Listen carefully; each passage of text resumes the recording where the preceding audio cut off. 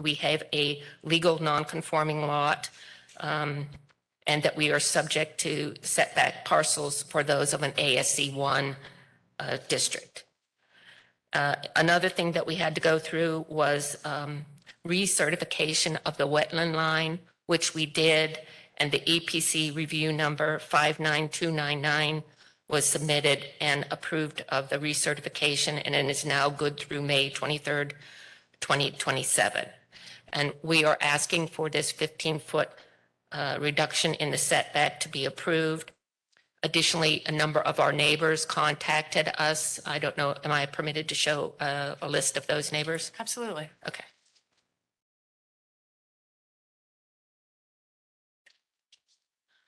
So the people that contacted us are the neighbor directly to the left of us, the neighbor directly to the right, directly across the street from us, the lady down on the left, and then the last three on the list are people directly across the lake from us. So I had no contact from anyone. Most of these were phone calls and two were emails. I've had no one contact me with anything negative, but maybe they wouldn't. So I'm not aware of anyone with a negative. That's all I have. All right, two questions. One is, you said this was recently approved as a non-conforming lot. Yes. What was that number again? Oh, sure. I'll read that to you. The non-conforming lot was NCL 22-0918. 0918. Okay. And I did look at the, I did pull your screen enclosure permit, and it very clearly says pool enclosure on the description on the permit. So it appears that this was just missed. Yes, somehow by everybody concerned. So Understood. Okay. I don't think I have any other questions. Thank you so much. If you want to submit those documents into the record when you sign in, sure, they'll become a part of it. All right. Thank you so much for your testimony. Is there anyone who would like to speak in support? Anyone in favor in the room or online? All right. Seeing no one, anyone in opposition to this request? No one in the room, no one online. All right. Mr. Joyce, anything else? Nothing further. Thank you. All right. Thank you so much. Then, ma'am, did you want to have any last word before I close the case? Okay. Thank you so much. Then we will close variance 22-0906 and go to the next case. That concludes section F of the agenda. That takes us now to section G, which are sign variances, and we have one case, and that is item G1, variance 22-0350. The applicant is Jennifer Ronenberger with Go Permit, requesting a sign variance. Staff findings will be presented by Kim King. Good morning, Ms. King. Good morning, Development Services. I thought I would share my screen with the site plan as I read through the report, because there are several variances being requested. Okay.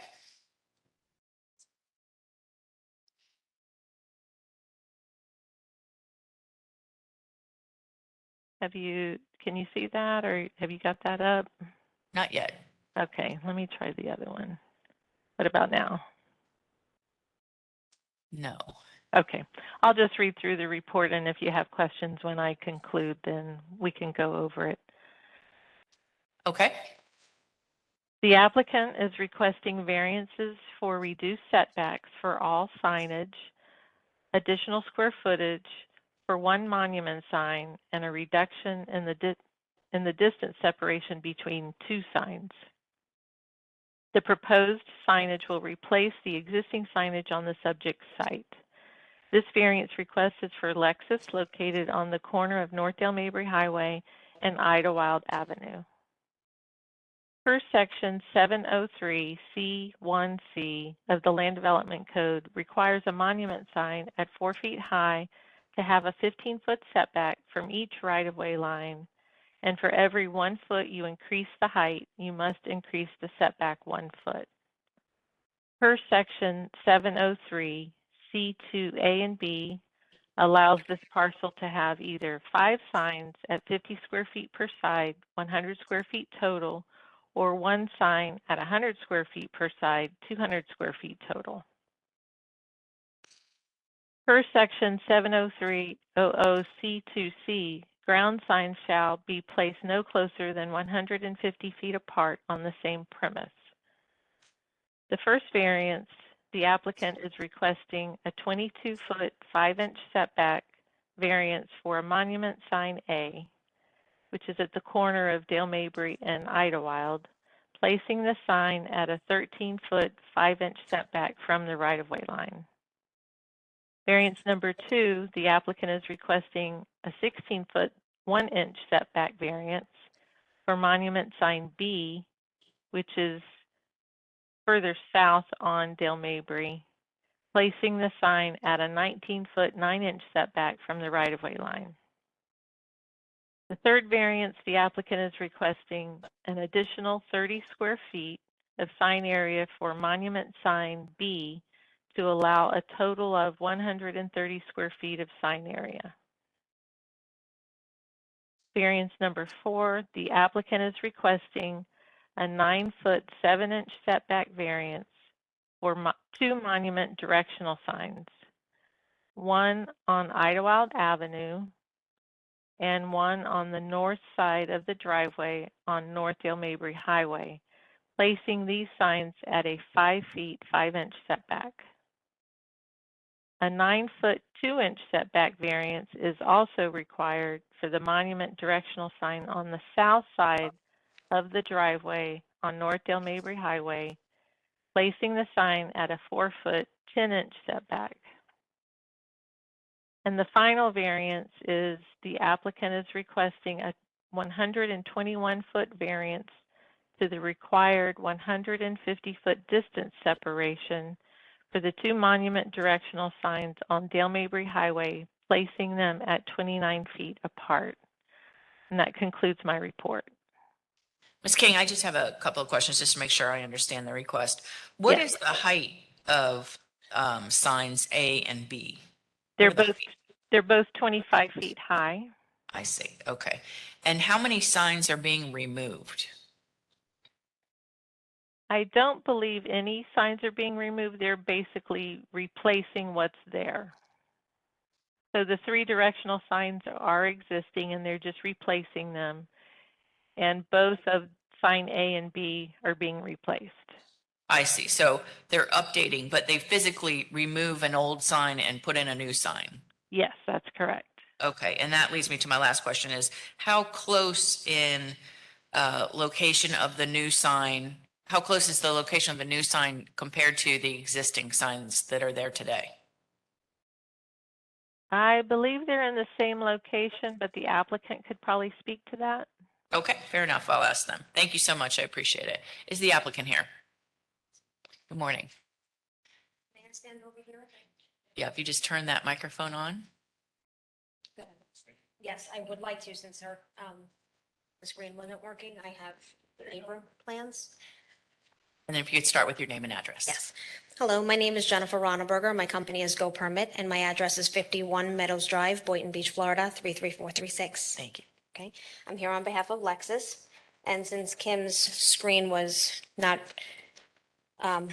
cooperating, I have some stuff here that I can show you. And I can answer the questions that you asked Kim. I know the answers to those. Good. Okay, I know, let me just start out by saying, I know that this sounds excessive. But I want everybody to understand that the only thing that we're doing here is that we are replacing what's currently there with their updated branding. Okay, so we're just taking everything out and just making our signs new, and just making the property a little bit better. That was the So- point of my question. Yes, we already permitted the wall signs that are allowed by right. And so we've updated half of the property. Now we're looking to complete the signage with the other half. So I can go through each one for you and I can show you where each sign is allocated and where it's going to be. So this is sign A. This is what I'd like to show you. This is going to be the new sign that's out there. It's kind of hard to see. There we go. This is just Lexus. So how this lights up is the illumination is for the logo and for the letters. And on the side right here, this will light up as well. So it gives a really nice appearance. And it's a beautiful sign. It's stainless. It's gorgeous. Okay, this is sign B. Sign B is the same. Actually, I'm going to skip sign B real quick, and I'm going to tell you why in a moment. These are our directional signs that we're asking for. There are currently 2 directional signs there. We're looking to just replace them, just to update them with the new branding. This is the other directional sign that's on Idlewild. and that we're looking to replace. So the reason why I did this in separate addresses is because our property is a little bit unique. While it acts as one property, there's actually two separate addresses. So this one here is 5852 North Del Maybury. This is the northern part of the property. The second sign, sign B, is on the southern part of the property, but since there's two different folio numbers, that's why I'd like to separate it for you. The sign A, the freestanding sign that we're asking for, is currently right here on the property. We're asking for a 13-foot 5 setback. Now, all the signs that are currently there are going to be removed. The sign locations are going to go in the same location as existing. They do have foundations in the ground, so they'll be shifted one way to another just to make sure that, we clear that, safety with engineering requirements and specifications. So the sign's going to be in the same location. So this is going to be where the freestanding sign is going to go, the one that says Lexus. This is one directional sign. It's going to be right here, again, replacing existing. And the other two are right here at the entranceway. Okay? The reason why that there's two there, and because it's imperative, is because the fact that they only want, the way that the property works is that is a exit only. So they want to have two just in case you just drive by and, they don't want anybody going in there. Okay? So the second sign, do you want me to stop right there, or do you mind if I keep going? You can keep going. Okay. The second property here is 5804 North Del Maybury. That's the property that's right here. This location here is allocated to their certified pre-owned car service that they have. This is the sign for this one here. So you can see it looks basically the same as the regular Lexus. The only difference here is that it says certified pre-owned. The additional square footage that we're asking for is just that certified pre-owned. The way that code states, we had to, I don't know if you can really see in this photograph, but there's portions here that it's like pieces of the material. We had to count this entire piece of material here as the square footage. That's why the allocation was a little bit higher than just the actual wording. Okay, and then that sign is going right here, and that's going to be replacing the existing signage.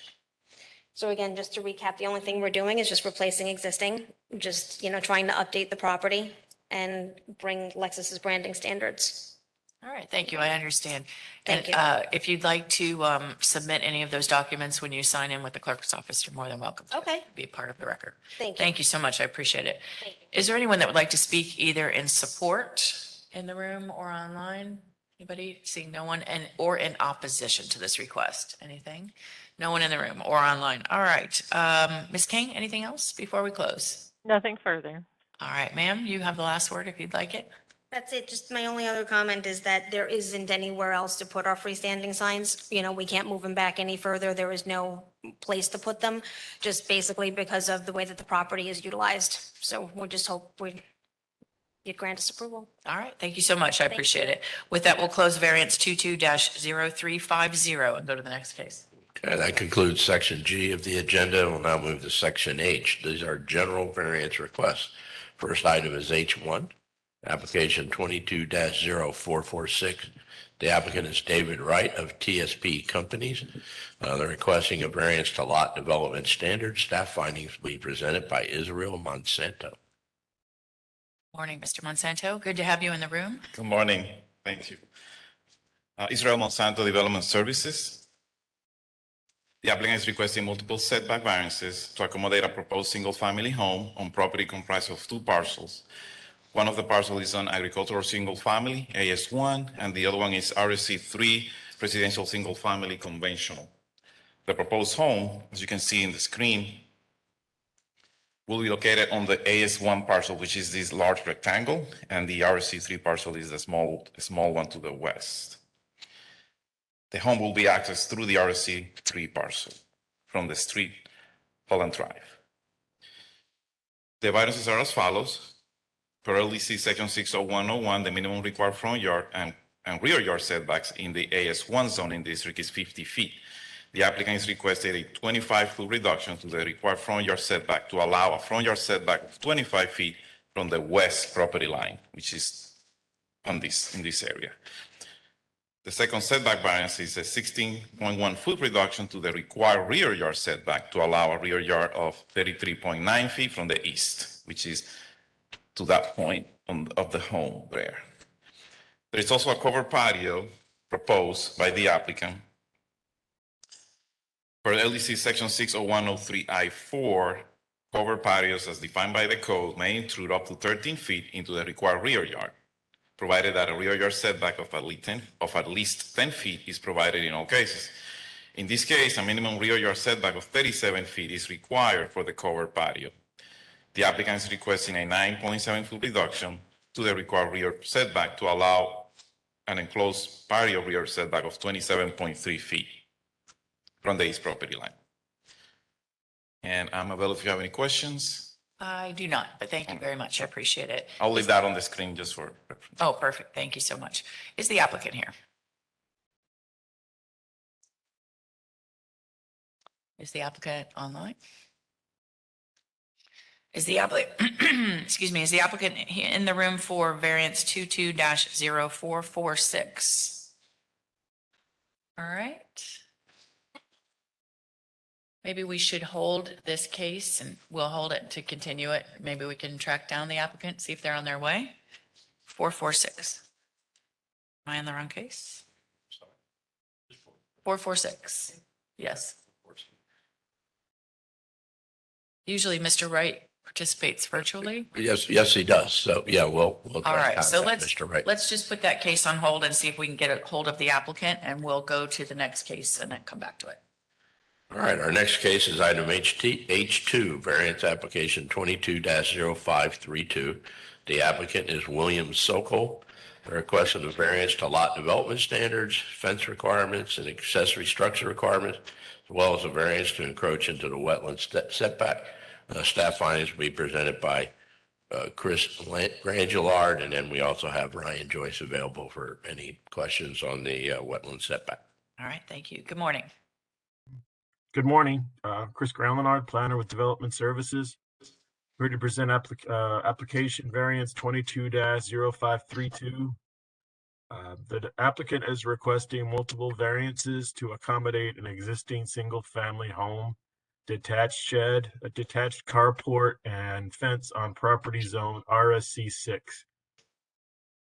Variances, variance 1, single-family home, per LDC section 6.01.01, a minimum front yard setback of 25 feet is required. In the RSC 6 district, the applicant requests 0.10 foot reduction to the required front yard setback to allow a front yard setback of 24.9 feet from the southeast property line along Morning High Drive. Variance 2, detached shed, per LDC section 6.11.04.c.2, an accessory structures that are 15 feet or less in height may occupy required side yards, provided they are no closer to the street than any part of the principal building on the same lot and any lot abutting said required side yard.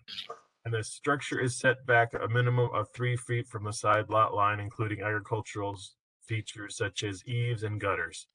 In the subject case, the shed is closer to the street, Morning High Drive, than a portion of the single-family home on the lot, and therefore must meet principal side yard setback requirements. Per LDC section 6.01.01, a minimum side yard setback of 7.5 feet is required in the RSC district. The applicant requests a 5-foot, 11-inch reduction to the required side yard setback to allow a side setback of 1 foot 7 inches from the southwest lot line. Variance number 3, detached carport, per LDC section 6.11.04.c.1. Accessory structures shall be permitted in front yards at twice the depth of the required front yard, or 50 feet, whichever is less. Per LDC section 6.01.01, a minimum front yard setback of 25 feet is required in the RSC 6 district. Therefore, the required front setback for the subject carport is 50 feet, The applicant requests a 38.8-foot reduction to the required front setback to allow a setback of 11.2 feet from the southeast property line along Morning High Drive. Variance number 4, the fence. Per LDC section 6.07.02, .c.1.a, a maximum fence height of 4 feet is permitted within the required front yard in a residential zoning districts, except under certain circumstances that will not apply in this case. The applicant requests a 1-foot increase to the maximum permitted height to allow a height of 5 feet for an existing aluminum and brick fence in the required front yard. Findings. According to the applicant, the carport is 9.5 feet in height and the shed is 7 feet in height. The applicant has been issued a notice of violation for the carport, shed, and fence. It's in the record. Additionally, the applicant will be required to obtain building permits for the carport, shed, and fence if the subject variances are approved. The survey submitted by the applicant shows additional existing site nonconformities which the applicant has elected not to address through the subject variance request. These include encroachments into a required 30-foot conservation area setback at the rear of the property. That includes my staff report for variant 22-0532. I'll be glad to answer any questions. Thank you. No questions at this time. Thank you. Madam Here, Master, let me clarify that my introduction of the case was incorrect. And when I said it included wetland setback variance, it does not. Anyway, but the shed that is one of the subjects of this request, it does not require a wetland setback. The report, when it talks about the other existing encroachments in the rear yard, none of which are the subject of this variance. So I apologize for the error on that.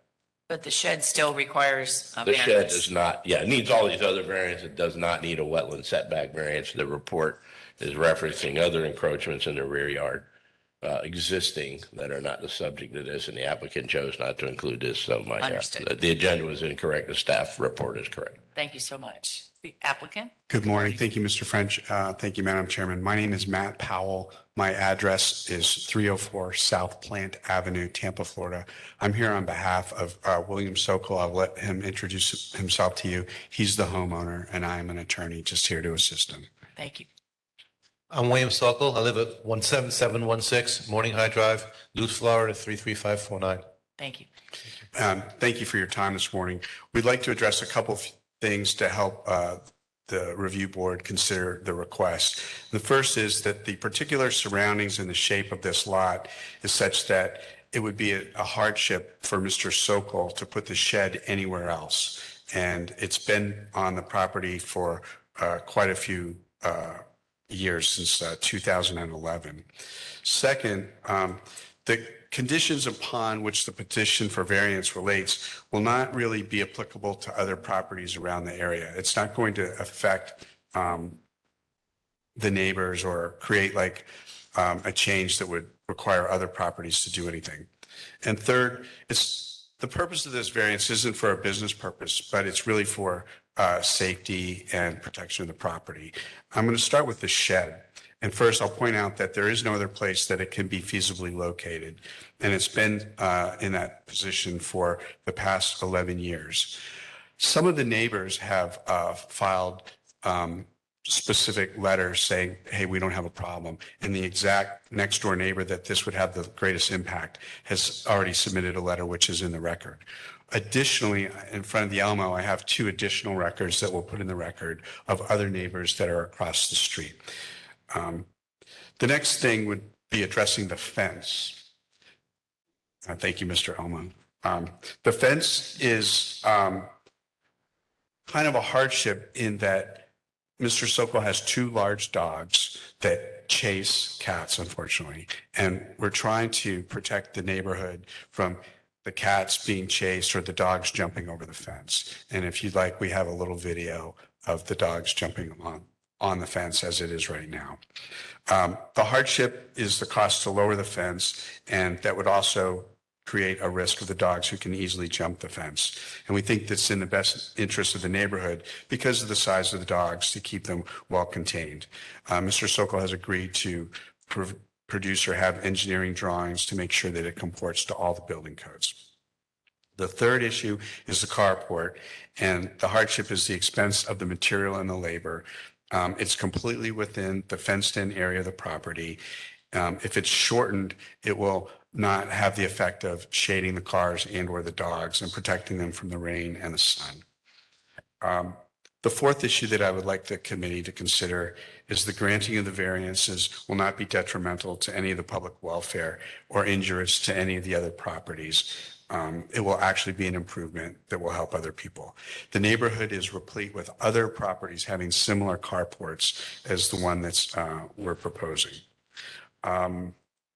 It will not increase any hazard or risk to the neighborhood, and increasing the fence will actually protect the neighborhood. It will not affect traffic. It will not create a nuisance, and it will not increase any public expenditures. And if the variance requested is the minimum that we've requested, that will make it possible for the reasonable use of the property. Mr. Sokol has worked hard with the county as far as like the wetlands and the permitting and the additional requests, and has complied with everything. And we're hoping that the committee will review and approve these variances. And that concludes my remarks, but we're here for any questions that you may have. Just a couple.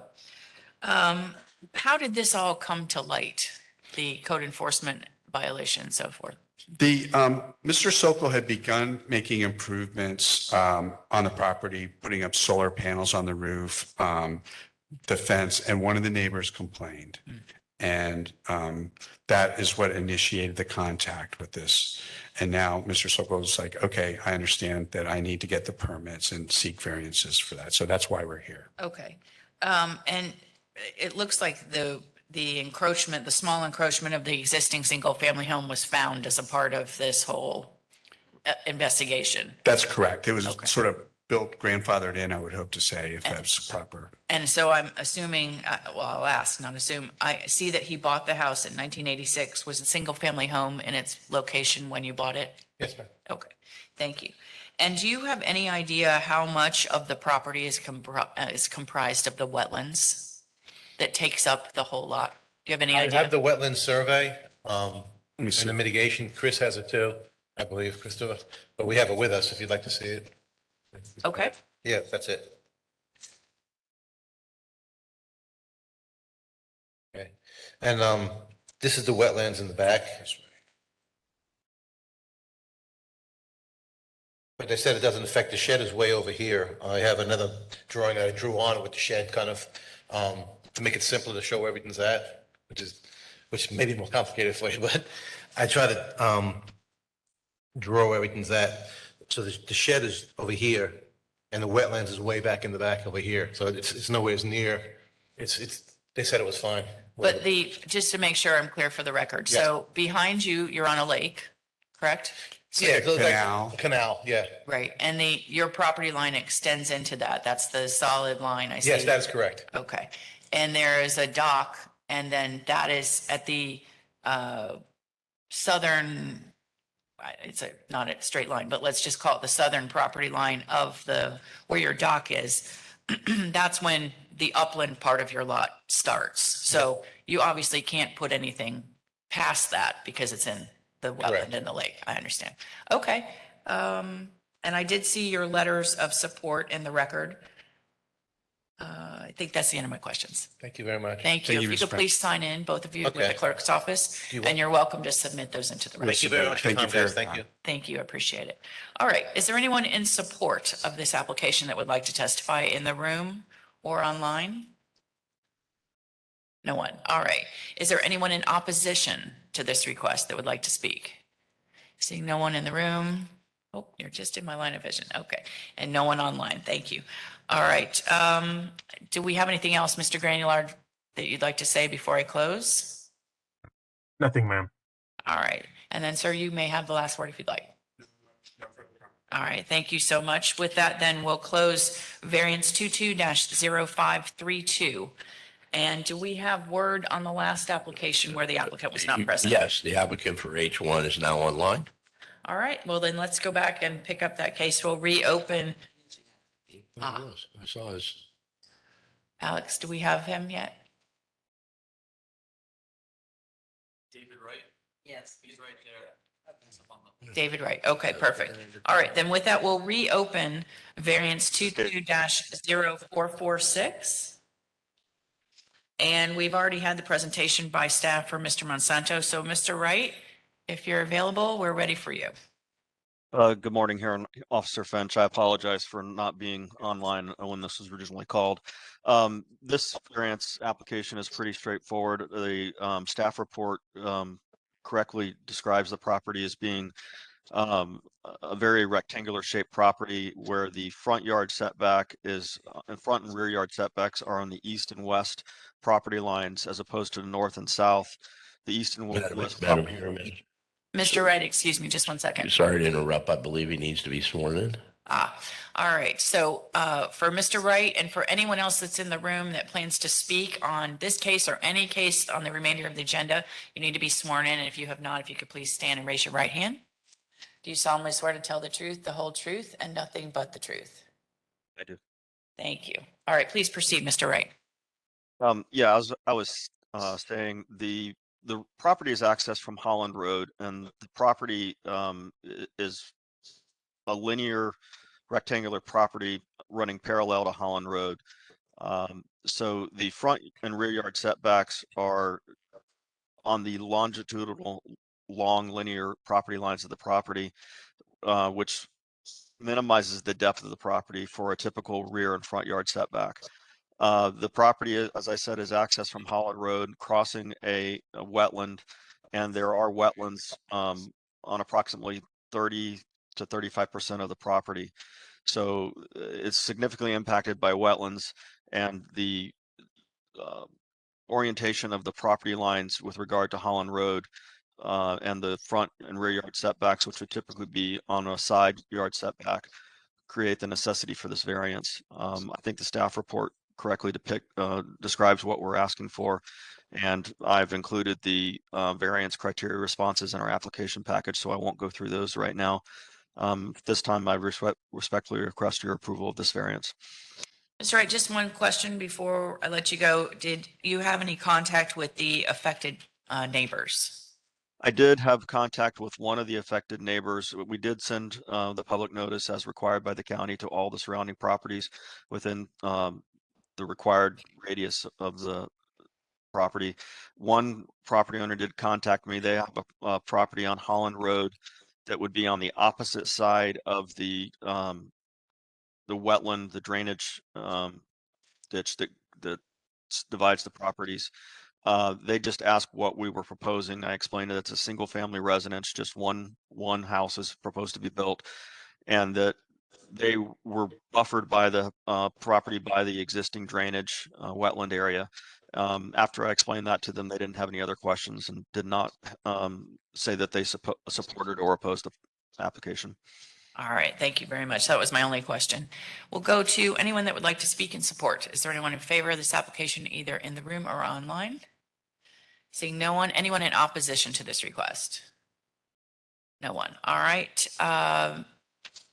Monsanto, anything else? I have to remember who it was. All right, and then Mr. Wright, you have the last word if you'd like it. Nothing further. Thank you. All right, thank you. Then with that, we'll close variance 22-0446 and go to the next case. Next case is item H3, variance 22-0755. The applicant is David Mead. The request is a variance to eliminate construction of a required sidewalk. Staff findings will be presented by Richard Perez. Good morning. Good morning. Richard Perez, Development Services, Transportation Review Section. The applicant is requesting a variance to waive the required sidewalks associated with a minor site review. The subject site is located. Excuse me, Mr. Perez. Yes. Can you bump up your audio for us? You're low in the room. Okay.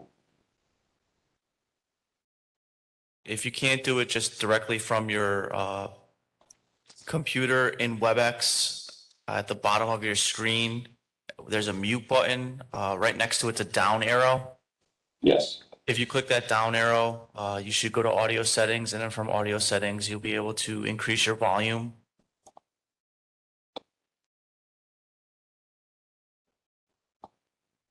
Okay, does that help? Set the volume as high as I possibly can. I can hear you now, Mr. Perez. You can continue. Okay, I apologize for that technical difficulty. No problem. The applicant is requesting a variance to waive the required sidewalks associated with a minor site review.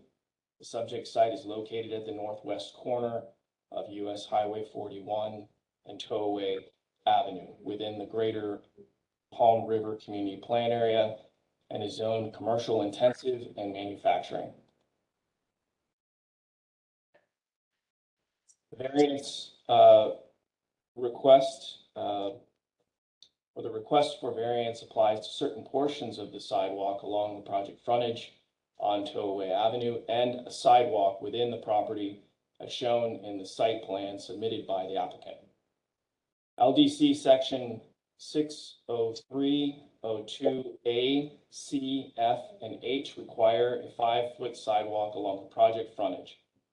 Furthermore, LDC section 60302A, B, and H require a 5-foot sidewalk between the internal sidewalks serving the primary building entrances and the parking for the on-site uses, and the required sidewalk along the project's Towaway Avenue frontage.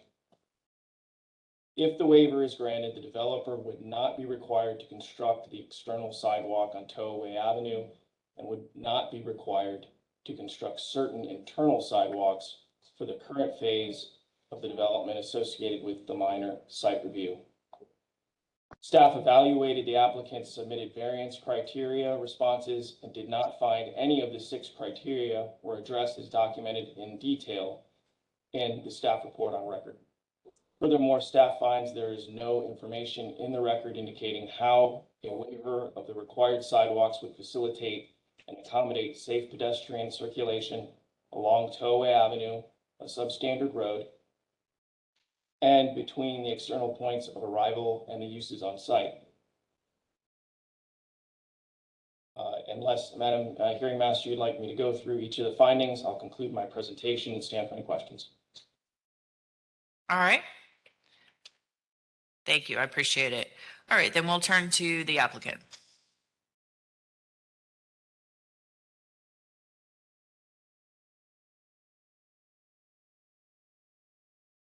Is the applicant here? Yes. Good morning. Good morning. My name is David Mead. My address is 1627 Regal Oak Drive, Kissimmee, Florida, 34744. I am the applicant representing the owner and the contractor on this property. We are requesting that because this is a minor improvement, the application is simply to replace an existing modular office with another modular office. There's no major development being done on this site for the purpose of this application. We are also making clear that this application is only for this variance request is only for this application. If any future site development is required on this property, then this variance would not apply. It's only applies to this case number P16045. We've determined that there's no benefit to the public for the inclusion of these sidewalks, no benefit to the people working on this property, and there are no significant improvements. There are currently no other sidewalks on the property or the adjacent properties, and no existing sidewalks where the required sidewalks would connect.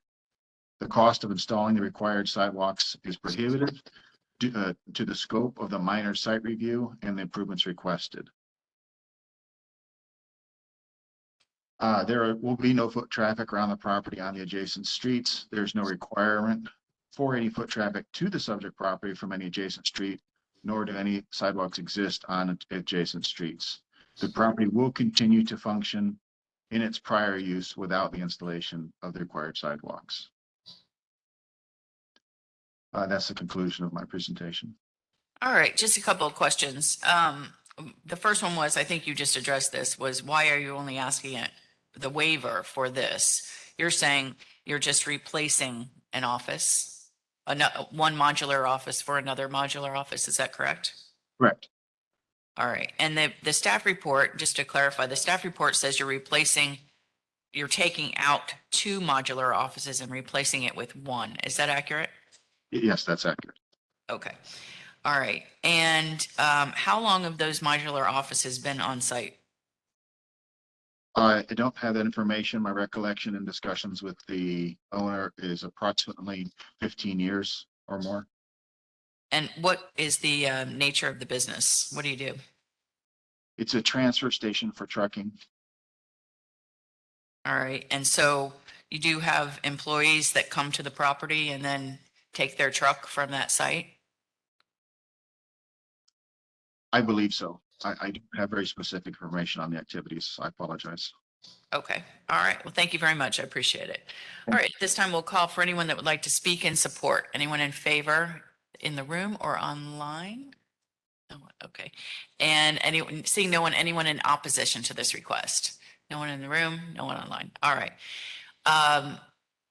Mr. Perez, any last words before we close the application? Nothing further. All right. Thank you. And sir, Mr. Mead, you have the last word if you'd like it before I close. Nothing further to add. Thank you. All right. Thank you. I appreciate it. Then we'll close variance 22-0755 and go to the next case. Next case is item H4, variance 22-0846. The applicant is Michael and Philip Penrose, and the request is for a variance to lot development standards. Staff findings will be presented by Chris Granular. Morning. Chris Gralinar, planner. Chris Gralinar, planner with Development Services. I'm here to present application variance 22-0846. The applicant is requesting a variance to allow 149.49 foot lot width for a proposed 2-lot subdivision of a property zoned AS1. Per LDC section 6.01.01, a minimum lot width of 150 feet is required in the AS1 district. The applicant requests 0.51 foot reduction to the minimum lot width to allow a width of 149.49 feet for both of the proposed lots in the subdivision. Findings: each of the proposed lots are required to have a minimum area of 1 acre with at least 0.80 acre of uplands. The applicant has not requested a variance to this requirement. The survey submitted by the applicant shows a frame house, a residence that is burnt and in poor condition at the southeast corner of the subject property that does not meet the minimum front yard setback of 50 feet that is required in AS1 district. The applicant has not requested a variance to the setback as part of this application. That concludes my report for variance 22-0846. I'll be glad to answer any questions you may have. No questions at this time, but thank you. I understand the applicant is virtual. Yes, ma'am. Good morning. Good morning. My name is Amber Tu. My address is 212 North Collins Street, Plant City, Florida 33563. I'm representing the Penrose family. They're wanting to subdivide, which is actually being reviewed under certified parcel. They're splitting the property in half for their son to build their home. As Mr. Grandelenard said, there is a wooden structure that's been burnt on Mr. Penrose's property that they are going to remove. And each parcel will be like 4.4 acres size. All right. Does that conclude your presentation? Yes, ma'am. All right, thank you. You answered my question about the existing home you confirmed that it would be removed. I looked at the aerial. It looks like it's heavily treed. Are there any wetlands on site that you are aware of? I'm not sure. There may be. I do know that probably at permitting, I don't know if EPC would want to look at it or not. All right. And so has Mr. Penrose lived on that property? Yes, ma'am. Okay. And so that's the structure that was damaged and is now going to be removed. Right. And he lives in a home that's on the survey would show parcel 2. His home is on there, and that structure that's at the front of the property is the older structure. I see. All right. Thank you. That's the end of my questions. I appreciate it. All right. We'll turn to anyone that would like to speak in support. Anyone in the room or online? No one? All right. Anyone in opposition to this request? Seeing no one. Mr. Grandillard, anything else? Nothing further, ma'am. All right. Ms. Tu, you have the last word if you'd like. Further, thank you. All right. Thank you. Then we'll close variance 22-0846 and go to the next case. Our final variance today is item H5, application 22-0899. The applicant is Devin Stotts, questioning variances to lot development standards, accessory structure requirements, and wetland setback requirements. Staff findings will be presented by Israel Monsanto, and Ryan Joyce would be available for any questions on the wetland setback question. Good morning. Good morning. Israel Monsanto Development Services. The applicant is requesting today zoning setback variances to accommodate a proposed single-family home on an existing accessory structure on a legal, non-conforming lot, zone agricultural single-family conventional ASC1. Additionally, the applicant is requesting a variance to the required wetland setback for an accessory structure. The shaded area here in gray is the proposed home location. And this is the location of the existing accessory structure that's encroaching into the wetland setback line, which is this dotted line here.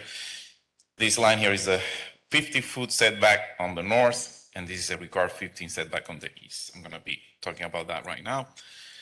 Per LDC section 60101, the minimum required front yard setback in the ASC1 zoning district is 50 feet. The applicant requests a 43.8 foot reduction to the required front yard setback to allow front setback of 6.2 feet along the north. In the accessory structure location, this per LDC section 61104, these structures may occupy required side yards provided that such structures are more distant from the street than any part of the principal building on the same lot and on any lot abutting said required side yard, provided, however, that such accessory structures not located closer than 3 feet from any side lot line, including architectural features such as cornices, eaves, and gutters. In this case, the applicants request a 1.5 foot reduction to the required side setback to allow a setback of 1.5 feet from the east property line. And then lastly, the wetland setback per LDC sections 40107B4, no filling, excavation, or placement of permanent structures or other impervious surfaces shall be allowed within a required 30-foot wetland conservation setback. The applicant is requesting approval for the existing accessory structure within 30 feet of the wetland conservation area. The applicant requests a 12.8 foot encroachment into the setback to allow for a remaining setback of 17.2 feet. In our staff report findings, we indicated that there was a non-conforming lot review, which is approved. So the lot is a legal non-conforming lot. Historic property is 4.5 acres in size. However, only 0.21 acres is upland. And additionally, the lot is served by septic system and located in a water resource protection area. Per LDC 60106, a minimum lot size of 1 acre of upland area is required for use of a septic system within that water resource area. Consequently, the lot is non-conforming. However, the parcel has been certified as legal non-conforming per that review on 22-0837, which is placed in the record for this variance. And I'm available if you have any questions. Also, No. Natural Resources staff is online for the wetland setback. Oh, thank you, but no questions at this time. I appreciate it. All right, is the applicant here? Good morning.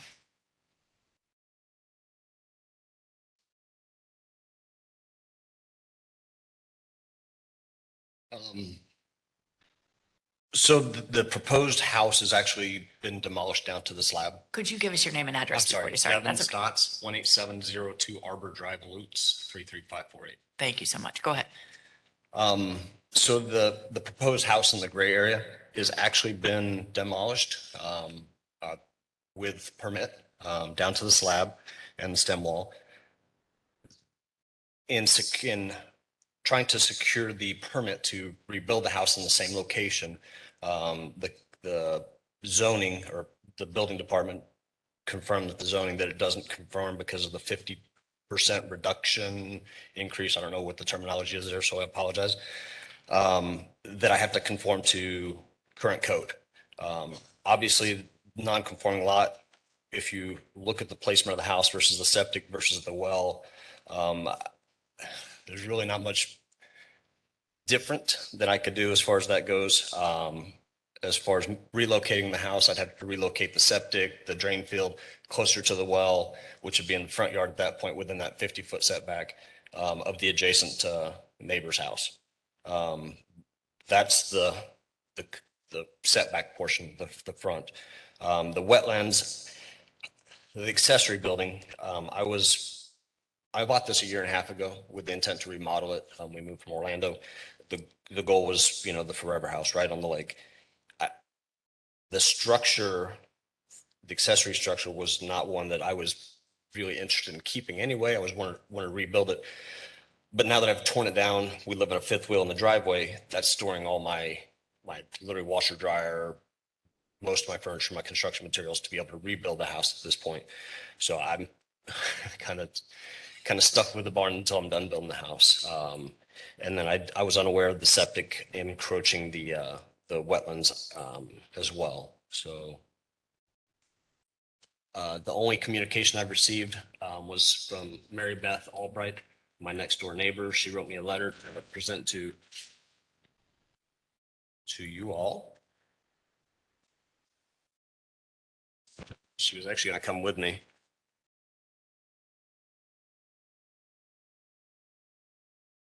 If you want to read it, I can read it. I can read it. It's fine. And you can submit it into the record. Absolutely. I'll see it. Yeah.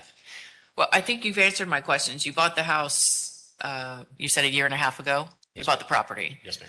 And obviously then that barn, what shows up as a barn as the accessory structure was there. Yes, ma'am. Okay. All right. And you said you've already torn down the house. Yes, I actually reached out to August of 2021, asking zoning and building if I did demolish the house, what do I need to know? And the answers were from zoning were, that sounds like a building department question. I provide the address. I'd be happy to meet with anybody. That's a building department question. Looks like I've included Heather Tank on that. And at that point, they said, that's it for zoning. So. All right. Understood. All right. Well, thank you very much. I appreciate it. If you could sign in with the clerk's office, and if you want to submit that letter in support, it'll be a part of the record. All right. Let's go to anyone who would like to speak in support. That's either in the room or online. Seeing no one. Anyone in opposition to this request? No one. All right. Mr. Monsanto, anything else? Okay. Sir, you have the last word if you'd like it.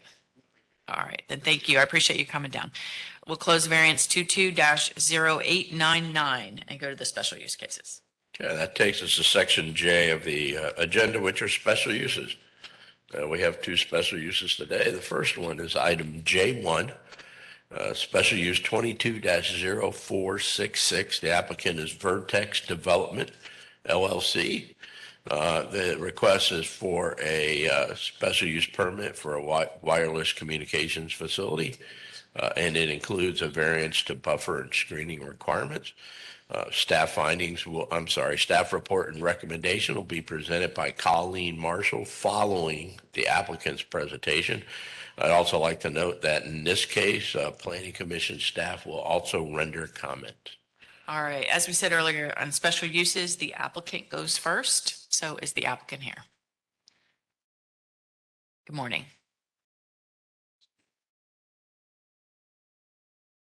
Good morning. My name is Alan Ruiz. I'm the president of Vertex Development, 3630 West Kennedy Boulevard, Tampa 33629. And with me, I have Mary Solik, who is our attorney, and she'll be presenting our case. And I'm available for questions. Thank you so much. If you could please sign in with the clerk's office. Yes, ma'am. Thank you. Stay up here in case I am.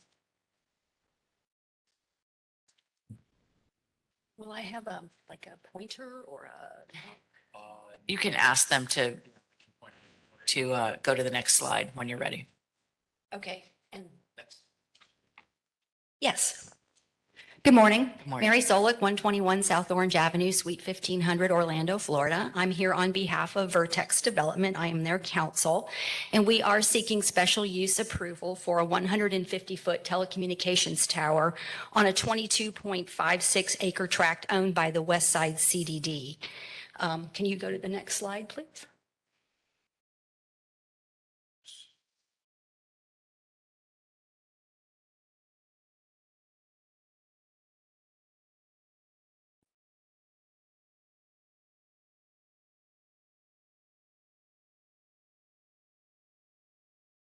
There we go.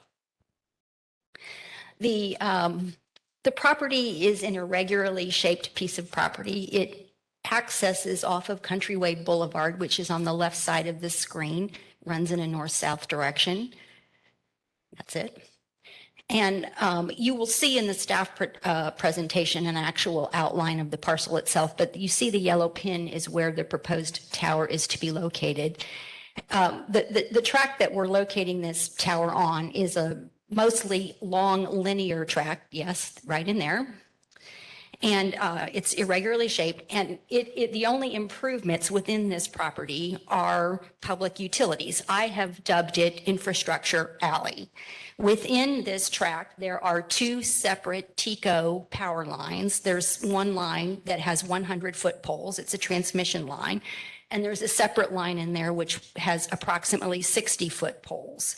Also within this same infrastructure alley, Peoples Gas maintains a underlying gas pipeline. And just southwest of the yellow pin, you can see a small little rectangular area.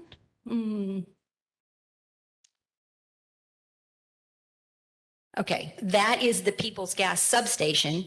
Directly west of it is a separately owned tract, which is a TECO substation. So I got lots of utilities going on in this particular piece of property.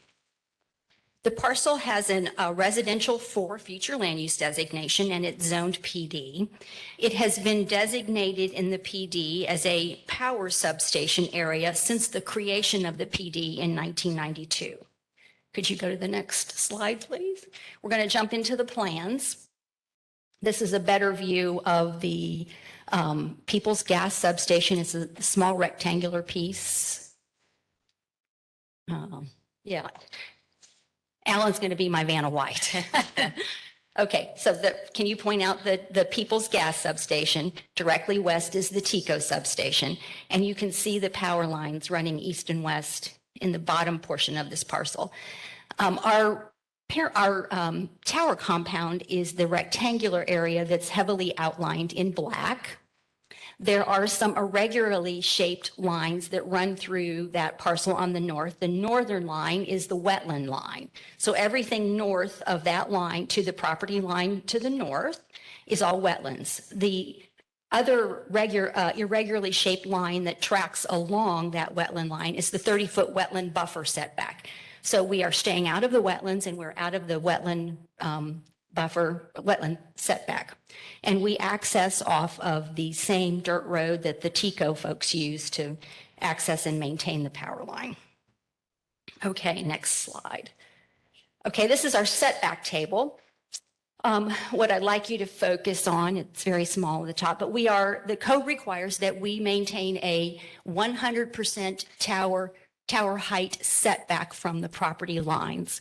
So we need to be 150 feet away from all property lines on this particular piece of property. We are 157 feet from the northern property line, to 321 feet from the south property line. You can see, Alan, can you point that south setback line out for me? Right, but can you, yeah.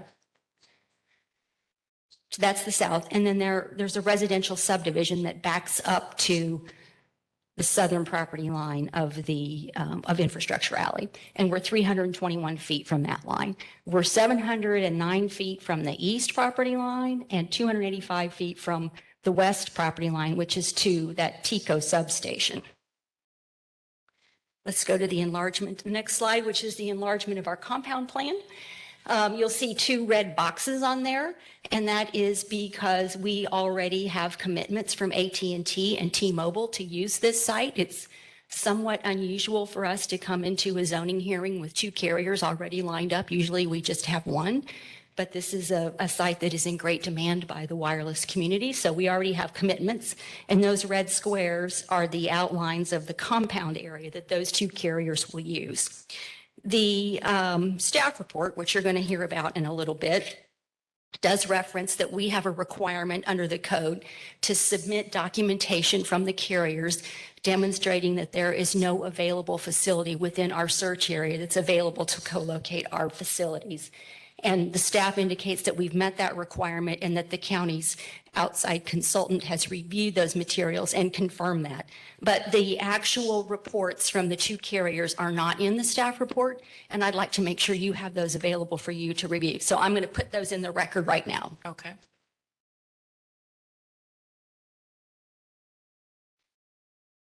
Special uses in Hillsborough County are uses that are only appropriate if more stringent development criteria are met. We have met all of the development criteria under the code with two exceptions. And the first one is was referred to by Mr. Hisney. We are asking for variance relief for the tower compound landscaping requirement. Can we go to next slide? Let me see if I can get the, well, let one back. Keep. Okay, yes. The code would require that we maintain a 20-foot landscape buffer around the outside of our compound. In this particular instance, we would be removing mature, native, existing vegetation that would provide an immediate buffer and screening in order to plant prescribed baby shrubs and trees that will eventually provide buffer and screening. And we just want to use a type A buffer, which is the fencing requirement. So we've asked for a variance on that particular front. No one will ever see that baby landscaping if we plant it around that compound. So that's the first area of relief. The second area of relief is for the tower type. Your code does require a camouflage application, and the code does list camouflage applications that are appropriate in certain zoning categories, but not all. And if the code doesn't list an appropriate camouflage application for a particular zoning category, then it is incumbent upon the applicant to provide or assert the most appropriate camouflage application for this particular area. So we have, now we're going to go to the line of sight. Well, let's stop just for a minute. This is the monopole. This is the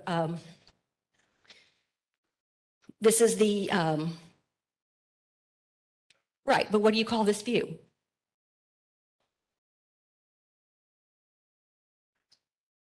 Profile view. I knew it would come to me. Here's the profile view in black and white, but we've got some better stuff to come. So we, because we are located in Infrastructure Alley, it is our opinion, and we have convinced the staff of the same thing, that the traditional monopole design is the design that blends in best with the uses that are going on around this tower and is the most compatible application. And we have provided a line of sight analysis to demonstrate that fact. So now we're going to keep on going. Next slide. Sure. Okay. The line of sight is done from 6 different locations.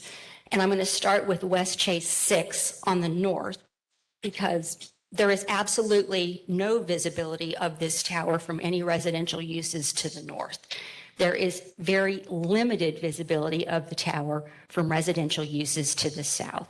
And the residential uses to the south all have to look through the existing TECO power lines to even see the tower. There is also, let's point out the heavy buffer line here. There is also already planted along that north property line that divides the TECO power lines from the residences to the south, a very heavy existing landscape buffer that was put there to buffer the power lines from the houses. So we're going to do our, walk you through our line of sight analysis. Next slide, please. And we've built that tree buffer in to demonstrate how that tree buffer really helps buffer the view from the tower. So each one of the circles on these squares represent a location that refers back to the aerial at the beginning. So I'm going to start down at the bottom with 6. That was the site I gave you that was to the north.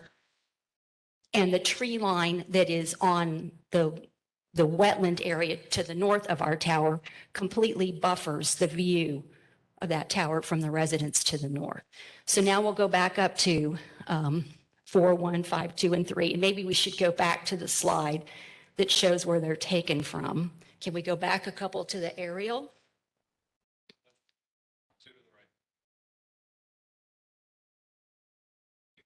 Yep. Other direction. There we go. Oh, one back. One back. There we go. So 1, 2, 3, 4, and 5 are all from the south. Okay, now we'll jump to the next slide. You've got about 4 minutes left on your Okay, presentation. I'm getting close. So no, back to the line of sight. So on 1, we have you see on the left-hand side, you see the residential structure, and then you see the 60-foot line of that tree buffer that's existing is 60 feet in height. So that demonstrates that from that view, there will be no visibility of the tower. And if you look at each of these, on number 2, there's no visibility of the tower. Number 3, there is none. Number 6, we already talked about that. Number 5 has a little bit of a view of the tower. There's about 40 feet of it that will be visible. And on number 4, there will be about 20 feet of it visible, again, through the power line easement. Okay, let's go. I did include 2 pictures.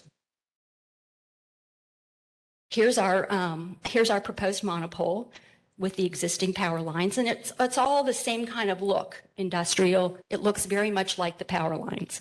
The staff asked us to pop in a camouflage tree, which would really be the only available camouflage option in this particular area. And we popped that into our photo sims. Can you move to the next slide? To show that it actually draws more attention. It doesn't blend in with the power lines, and it would be far above the 55-foot tree line. So we gave this presentation to the staff, and we got the staff's concurrence that the monopole is actually the most compatible use in this particular area. I got 2 more slides at the end. That same thing. And keep going. Keep going. These are the 2 that I wanted you to see. These are views. This is from the site looking east at Infrastructure Alley. And then the next shot is looking west. This is what's out there already that those neighbors are looking at and seeing. That concludes our presentation. We obviously will use our rebuttal time. I know there are people here to speak in opposition. Okay. Do you have any questions? No, you answered my questions. Okay. Thank you so much. If you could please sign in with the clerk's office and submit whatever documents you'd like. All right, Development Services, please. Good morning, Colleen Marshall, Development Services. I'm going to share my screen.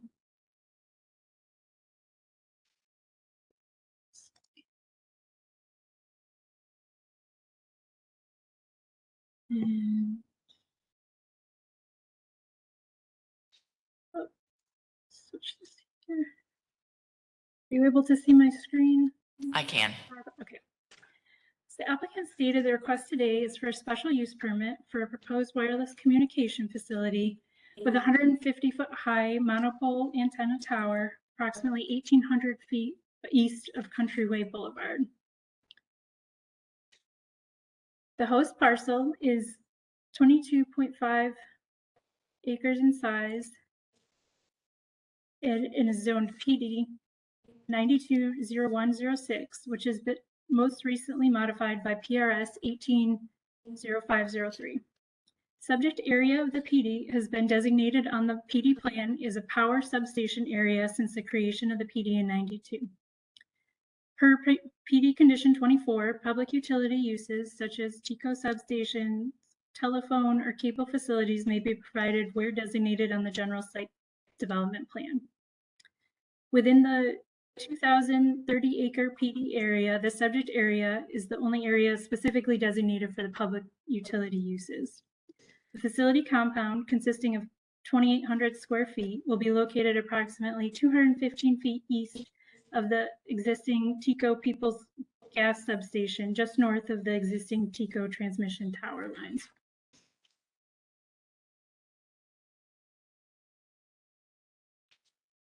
The proposed facilities tower will be located 157 feet from the north boundary of the host parcel, 321 feet from the south boundary, 709 feet from the east boundary, and 288 feet from the west boundary. These setbacks comply with all requirements. Subject site is in a heavily wooded area that will be cleared only in the area of the proposed compound.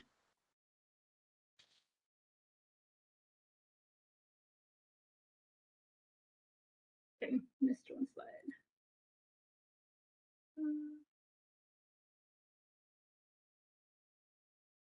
Sorry, it's missing a slide. Apologize. The applicant's requesting just out of this real quick so that I can just share slide here. Not sure why it's skipping right to the seventh slide.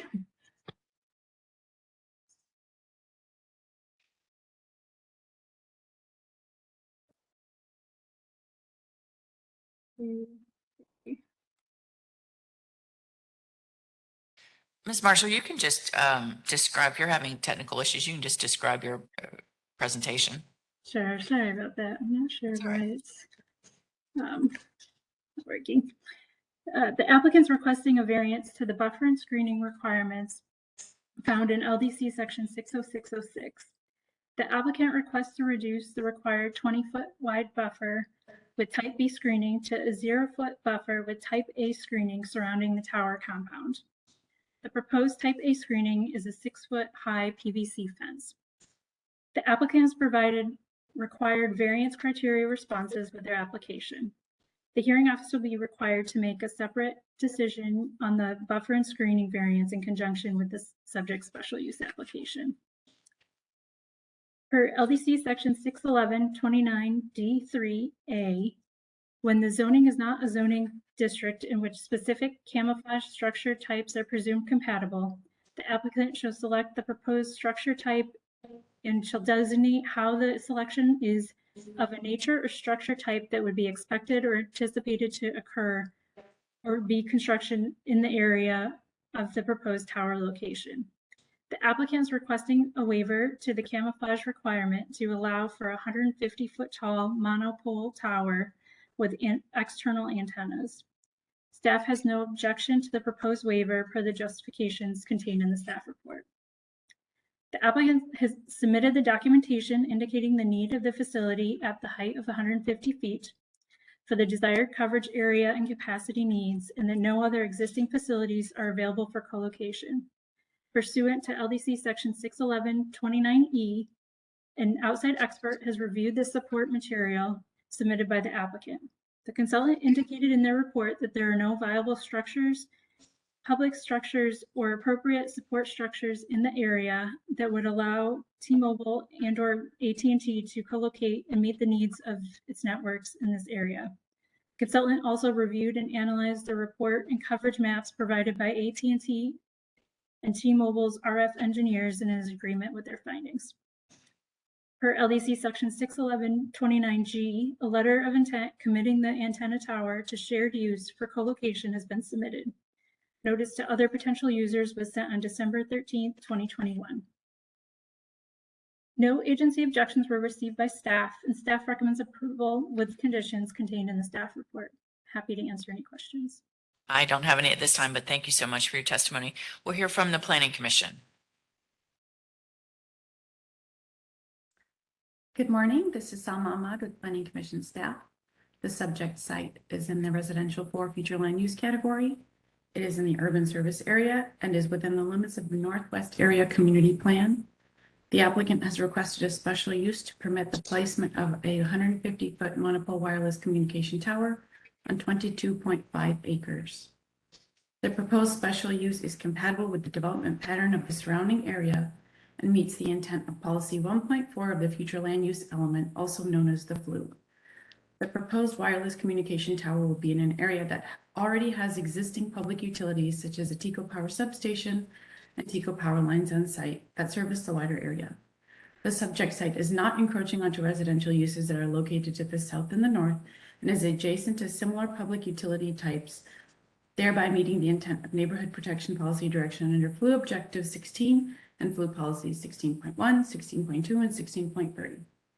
The proposed special use also meets the intent of FLU Objective 46 and Policies 46.1 and 46.2 that require telecommunication towers and facilities to be in areas with compatible land uses and adhere to all local, state, and federal laws. The applicant is requesting waiver to the camouflage requirement for the communication tower and is in compliance with applicable regulations. The proposed special use meets the intent of Section D of the Northwest Area Community Plan that specifically seeks to ensure adequate infrastructure and balancing urban service systems through an equitable assignment of fiscal responsibility between private and public sectors. The applicant is proposing a wireless communication tower that would serve the greater area and is supported by AT&T and T-Mobile, two private sector companies who intend to utilize the communication tower to expand their services in Hillsborough County. Overall, the proposed special use would allow for development that is consistent with the goals, objectives, and policies of the Future of Hillsborough Comprehensive Plan for Unincorporated Hillsborough County, and that is compatible with the existing and planned development pattern found in the surrounding area. Based upon the above considerations, Planning Commission staff find the proposed special use consistent with the Future of Hillsborough Comprehensive Plan for Unincorporated Hillsborough County, subject to the conditions proposed by the Development Services Department. Thank you. Do you have any questions? No questions, but thank you for your testimony. All right, at this time, we'll hear from anyone that would like to speak in support. Is there anyone in the room that would speak in favor? How many people would like to speak in support? All right, I have one person in the room. Is there anyone online? All right, go ahead. You can come forward. Give us your name and address for the record, please. Good morning and thank you. I'm Matt Lewis, 12334 Wycliffe Place, Tampa, Florida, 33626. I am a West Chase CDD supervisor. And a little over 3 years ago, we started this process to develop these towers, and this tower in particular. We were approached by a group of residents that were complaining about cell service. And so as a board, we researched areas where, we own CDD land where a tower could potentially be put. We hired an outside consultant to help us with that.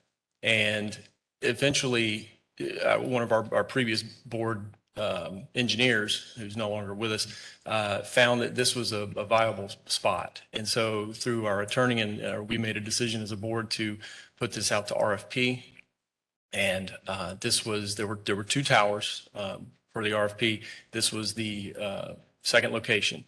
And basically, again, our constituents were complaining of cell service. And then ironically, during, COVID hit and a lot of people worked from home. So we felt as a board, it was more of a way to help people not only work from home, but a safety issue too with cell service. So.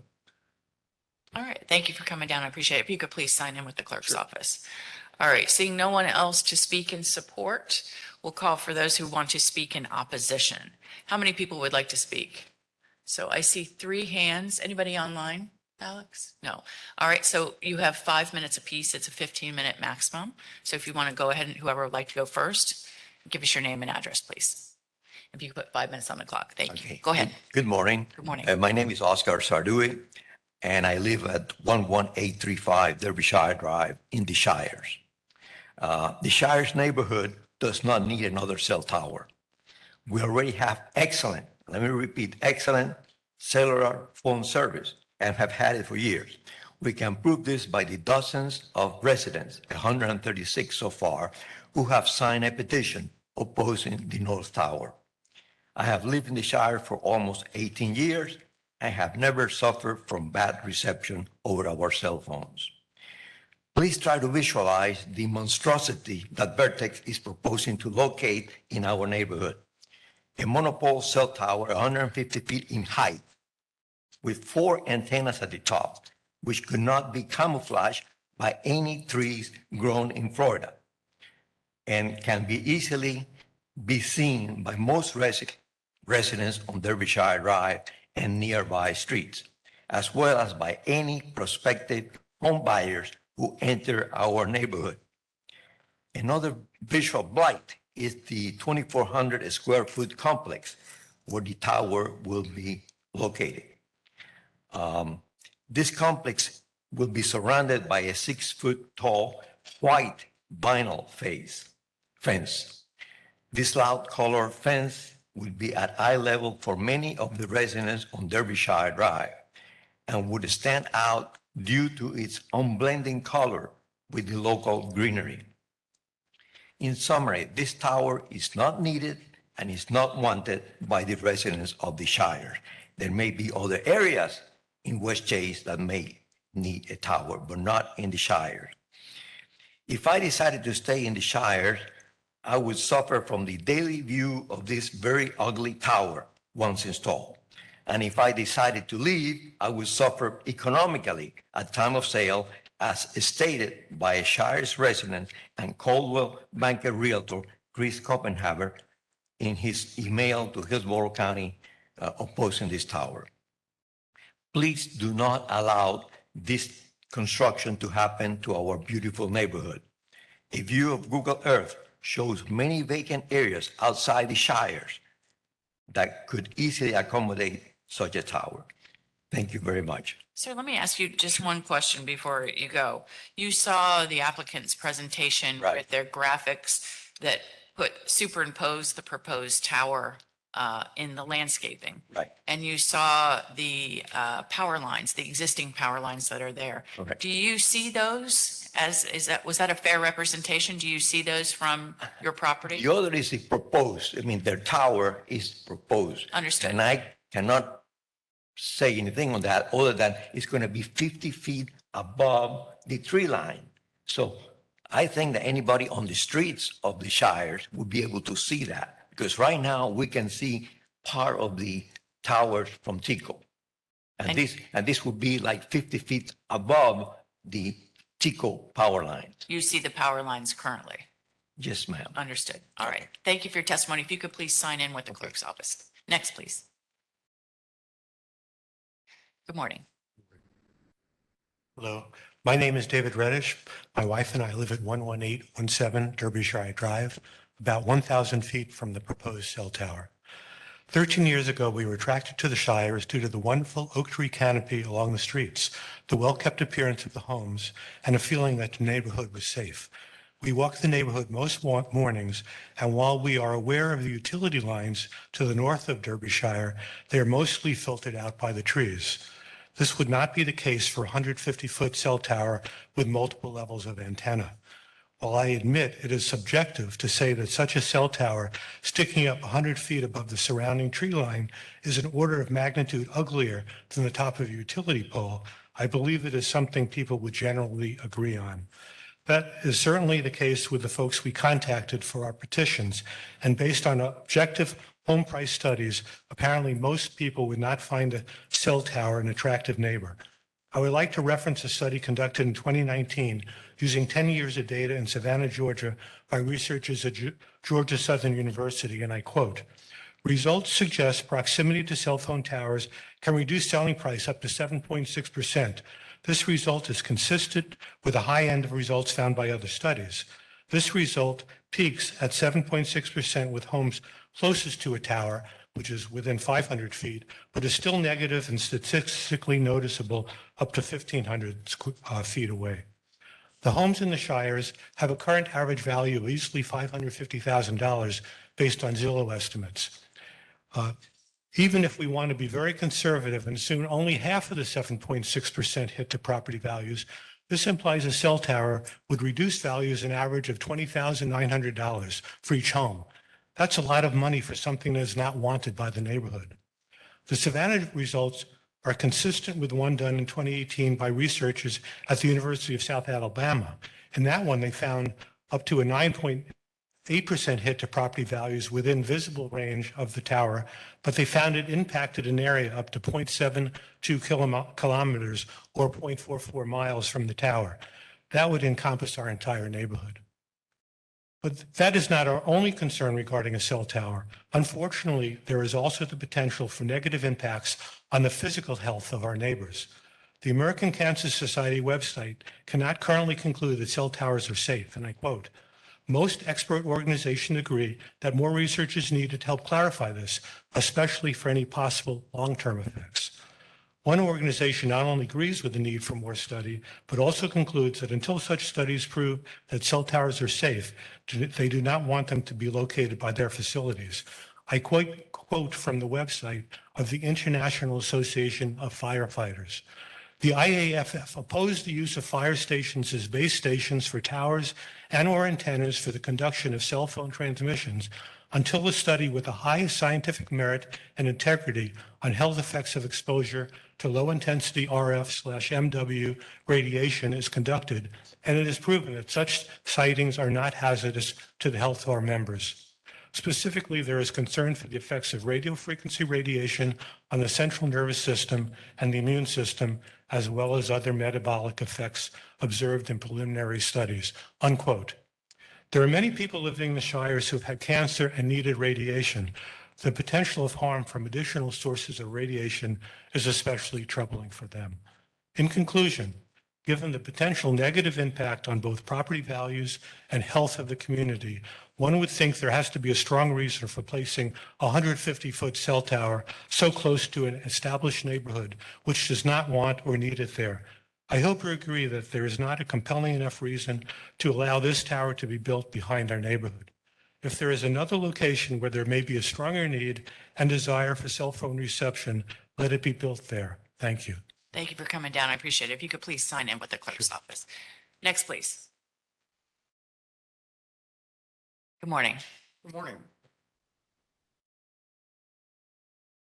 My name is Barry Anderson. I live at 11829 Derbyshire Drive. I was one of the people who received the land use notice because of the proximity of my home to the proposed tower. Having listened to Vertex's presentation, as well as that from the CDD, I'm going to abandon my presentation. I only want to hit on a couple of points.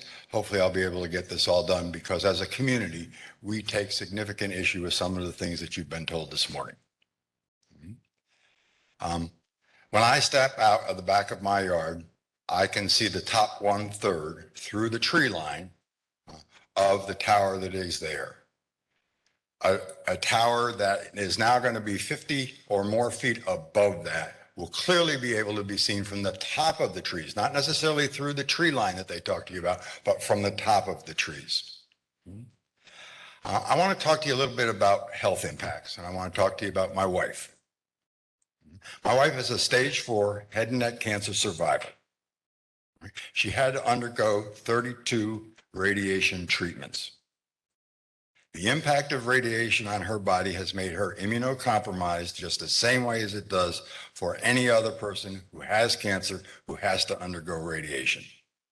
For her, just to have a tooth extracted 3 years ago required that she also undergo 30 hours of hyperbaric chambers so that her body could stand what the radiation had done. So while the issue may still be an issue of discussion about the impact of RF rays or RF radiation, for us, it is a very, very personal issue, and I appreciate you taking how personal it is to me. 300 feet away from that is going to scare the living daylights out of us and may indeed have to cause us to move. And that seems so very, very wrong unless that site, the site that Vertex is proposing, is the only site that can meet a need that I've never seen Vertex establish the need. Rather, they tell you T-Mobile, all right, AT&T want to put, all right, a tower up there. Verizon already provides the vast majority of the people in our community perfect service. So it sounds to me like what Vertex, on behalf of AT&T and T-Mobile have, is a business problem, not a service problem. If they can bring to you adequate documentation that there are numerous people whose service, who have no service, or whose service is so spotty as to be dangerous, okay, then I think they have an issue. But they haven't done that. Rather, they've told you that they will meet needs, all right, on both sides of Countryway Boulevard. Those of us who've already spoken have told you we have no need on our side of Countryway Boulevard. So where is it? Where is the problem that they're looking to solve? On the other side of Countryway Boulevard, they cite 3 areas: apartment complexes, a public supermarket, and businesses where a tower is needed to provide them enhanced service. Again, no documentation from any of those organizations that indeed there's a need. But even if there is, have we really, really looked to the areas to the east side of Countryway Boulevard as possible locations? You look at Google Maps, it looks like there is a wide swath of area that would be ideal, wouldn't put it close to anybody's residence, and could meet the needs not only on that side of Countryway Boulevard, but also on our side, if additional people can document that service on our side of Countryway is needed. Until they can provide that to you, please reject their application, not only their application for the tower, but also their application for a variance to the buffering requirements. Again, I oppose for my emotionality, if that is such a word. Thank you. Thank you, sir, for coming down. If you could please sign in with the clerk's office, I appreciate it. All right, anyone else that would like to speak in opposition? Seeing no one? No, sir, I'm sorry. We have to close that part of the hearing. I appreciate, though, that you did take the opportunity to come down. I appreciate that. All right, so with that, let's go back to Development Services to ask if they have any additional comments regarding the testimony or application. Mr. Hussein, anything? No, ma'am. Although I would ask county attorney staff to address the concerns that were raised by about potential health impacts of a cell Yes, tower. Mr. Clark or Ms. Dorman, whoever is available, if you could please comment on the applicability of the health effects, that testimony regarding the health effects on the land use decision. Madam Hearing Officer Cameron Clark, County Attorney's Office. Can you hear me okay? I can, thank you. As you know, appreciate Mr. Hisden mentioning it, but as you know, from when these cases come up, you're prohibited by federal law from considering alleged health effects from these sorts of installations in rendering a decision. Thank you. All right, thank you for that. I appreciate it. All right, then we will go back to the applicant who has 5 minutes for rebuttal.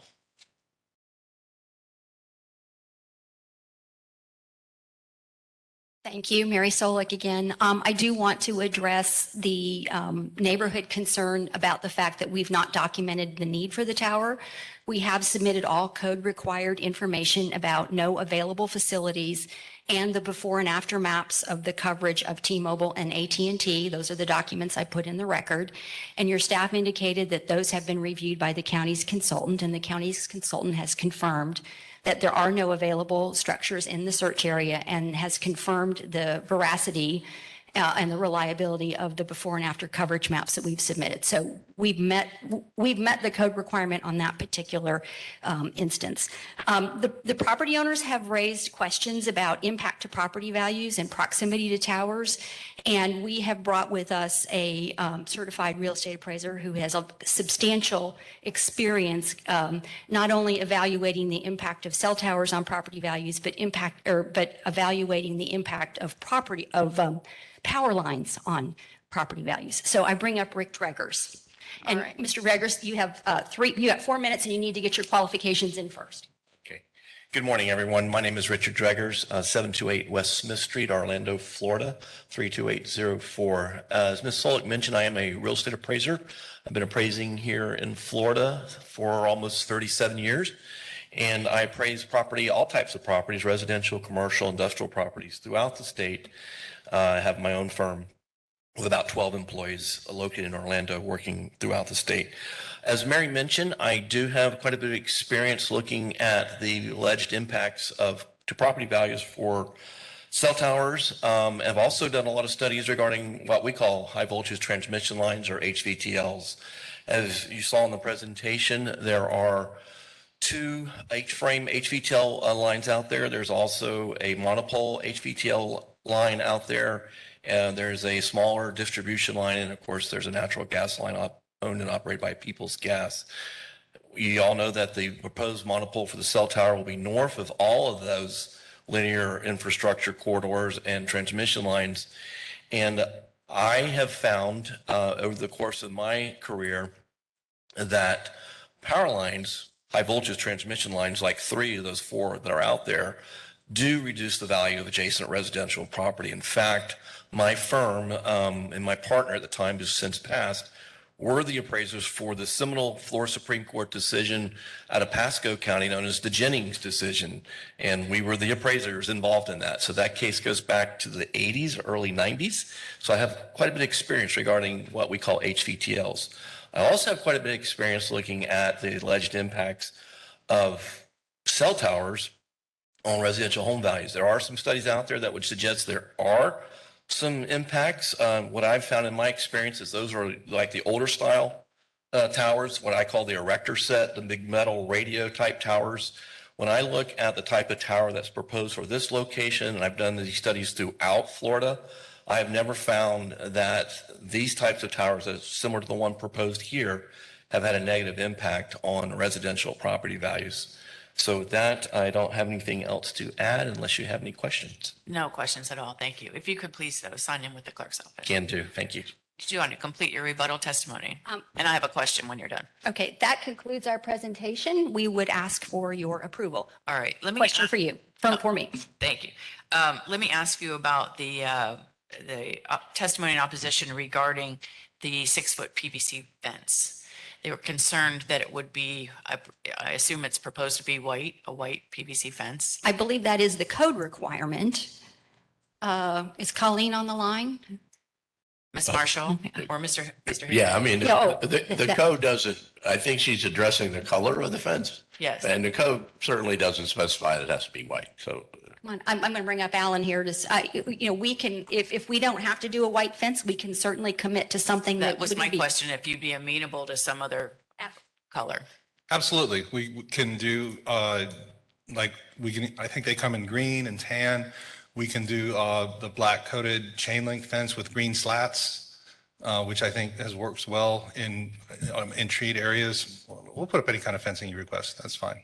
All right, then, Ms. Marshall or Mr. Hisney, is that, I just want to make sure I don't want to leave that on the record. If it's not permitted, the chain link with the slats in it, is that a permitted? Marshall, the development services, unfortunately, so as far as the required buffer and screening, it would not permit that.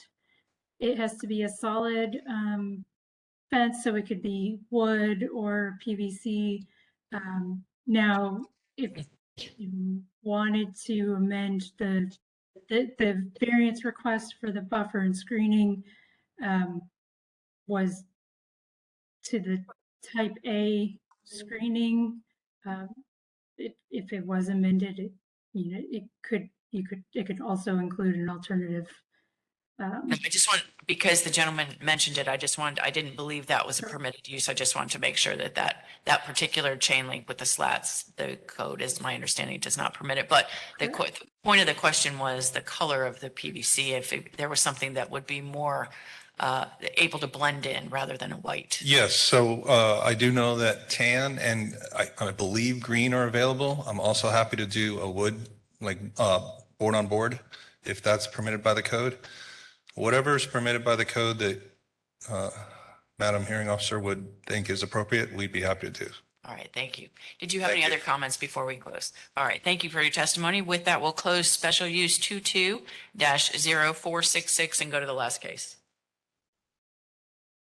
All right, last case today is item J2, special use application 22-0723. The applicant is Winn-Dixie Supermarkets.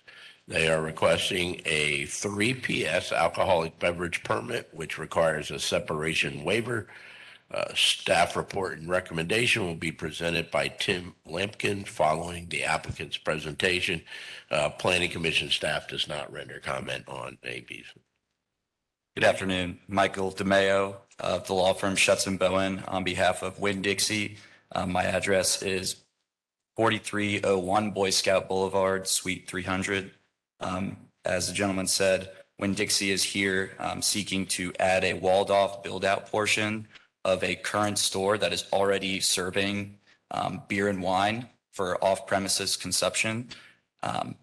However, there are 2 waivers that Winn-Dixie is seeking before establishing this store. The first is a distance separation waiver per LDC section 61111D5, as well as a waiver from the number of existing wet zones in the shop or within 1,000 feet per LDC section 61111D5. Per LDC section 61111E3, approval of separation waivers are appropriate where there are special or unique circumstances where the alcoholic beverage use applied for does not have significant impacts on the surrounding land uses, and certain circumstances negate the necessity for the specified distance requirement. I would like to point out that we have staff's recommendation in terms of the lack of significant impacts on the surrounding land uses. I appreciate their work on this, and I apologize if I repeat anything that they're about to say. However, in terms of the distance separation waiver, Winn-Dixie is specifically seeking a 207-foot waiver for a church that is 293 feet to the north. This church is separated by a 4-lane highway from the shopping center, Fowler, as well as 1,500 feet away by foot traffic. The distance is actually even greater than 1,500 feet if by vehicle. As for the 5 additional wet zoned properties in the shopping center, only 3 out of 5 are actually in the shopping center. The other the other 2, excuse me, are separated by Williams Road. Everything that I would present is already in the application materials. As you can see, that Williams Road runs behind the shopping center. As for the other 3, they are located and not visible on an L shape. If you can see, I might as well.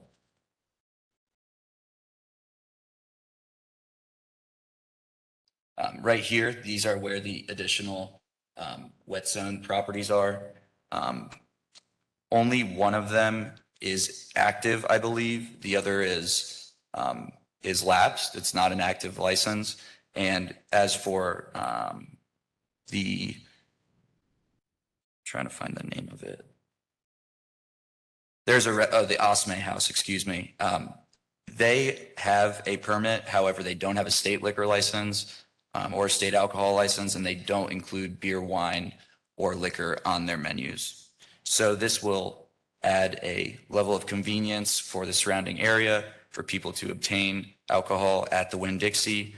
I've brought Keith Newberry, the district manager, and Dan Cronin, the store manager, if there are any technical questions as to shipping, egress and ingress, that sort of thing. Just a quick question. The store is existing, correct? Yes. And they currently sell beer and wine? Yes. And so this would add the liquor component as a standalone with a separate entrance, is that Yes. correct, within the store? Pursuant to Florida law, it'll be walled off, and there will be a separate entrance, like any Publix, Walmart, Winn-Dixie liquor store, with a separate sign that says liquor store. I see. And then I would also like to add, this is going to be a higher end shopping center. I did confirm with Keith that there will be security, plaza security there. So to the extent that there are any issues with security, that is answered for us. And then the last question is, did you have any contact with the Hindu temple? I don't believe we haven't had any contact. I'm not sure if staff did. In staff's report, it states that there are no objections from the church or from the Hindu temple. I'm not sure if that meant that they reached out and contacted them, but there are no objections from them at this time. All right, thank you so much. If you could please sign in. That was the end of my questions. Appreciate it. Development Services. Hello, Tim Lampkin, Development Services. The request is pursuant to Land Development Code 6.11.11 for distance separation for a 3PS alcohol beverage development permit to allow the sale of beer, wine, and liquor in sealed containers only for consumption off the permitted premises. And as the applicant has stated, it's for a proposed Winn-Dixie liquor store located at 9535 East Fowler Avenue in an existing shopping center. The wet zone area will comprise a total footprint of 2,002 square feet of indoor area as shown on the wet zone survey. The property is zoned commercial general, which permits a liquor store in consideration of the requested AB permit. Per LDC section 6.11.11.d.5, the applicant doesn't meet the following distance separation requirements. It's within 500 feet of a community center, and there are more than 3 of a certain type within 1,000 feet of the proposed location. The applicant requested, specifically, the applicant requested a 207-foot waiver to the required separation from the Hindu temple to allow a separation of 293 feet. And the applicant staff finds that while as the applicant explained, the straight line distance from the proposed package store to the existing 3PS is actually over 1,500 feet if you were walking. If you were driving, it would be actually much further than that because they would have to turn right and then do a U-turn somewhere to get back to the temple. The second request, there are a number of existing of the classification. However, staff does note that 4 COP is an old alcoholic beverage, which is not in use. And additionally, the other 2 are in a different, they are separated and they're logistically in a different location than the proposed AB permit. And staff then therefore finds that they have no functional relationship with the shopping center. Consequently, staff finds this mitigates the potential cumulative impact of the total number of wet zonings of the specified types within 1,000 feet. The applicant, and I'll answer the question right now, staff received no objections from the Hindu temple or other parties. Staff does not reach out to the neighboring parties to garner a response. That is, the applicant sends the notification, and then sometimes they will reach out to staff. Normally, it's if someone has an issue with the applicant. Sometimes it's otherwise. For these reasons, staff does find the proposed wet zoning does not pose significant impacts, and staff finds the request to be approvable based upon the wet zone survey indicating 2,002 square feet of floor space pursuant to the wet zone survey received June 10th, 2022.